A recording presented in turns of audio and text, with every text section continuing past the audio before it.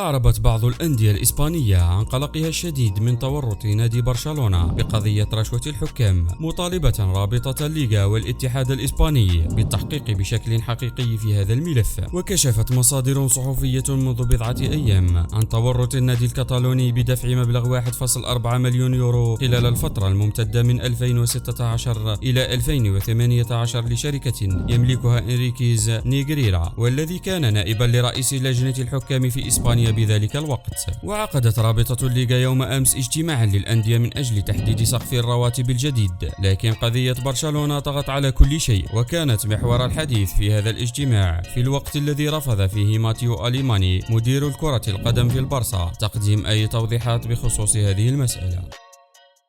وذكرت صحيفة آس الإسبانية أن اجتماع الأندية في رابطة الليغا شهد بعض التوترات بشأن قضية برشلونة، وطالبت بعض الأندية أن يتم إجراء تحقيق للكشف عن الحقيقة وراء كل هذا. نادي إشبيليا كان أول المنقلبين على برشلونة، ونشر بيانا رسميا يعرب خلاله عن قلقه من القضية، ويطالب الجهات المعنية بعدم التغاضي عن الأمر وتوضيح جميع الحقائق. كذلك فعل نادي إسبانيول أيضا، لكن الموقف الأكثر صرامة كان من ميغيل جيل مارين المدير التنفيذي لأتلتيكو مدريد، والذي طالب بالاجتماع أن تتشارك جميع الأندية في بيان رسمي موحد ضد السلوك الذي قام به نادي برشلونة المتمثل بدفع مبلغ مالي لعضو سابق في هيئة التحكيم. ورفض ماتيو أليماني اقتراح ميغيل جيل مارين، بينما لم يظهر ريال مدريد أي موقف تجاه هذه القضية.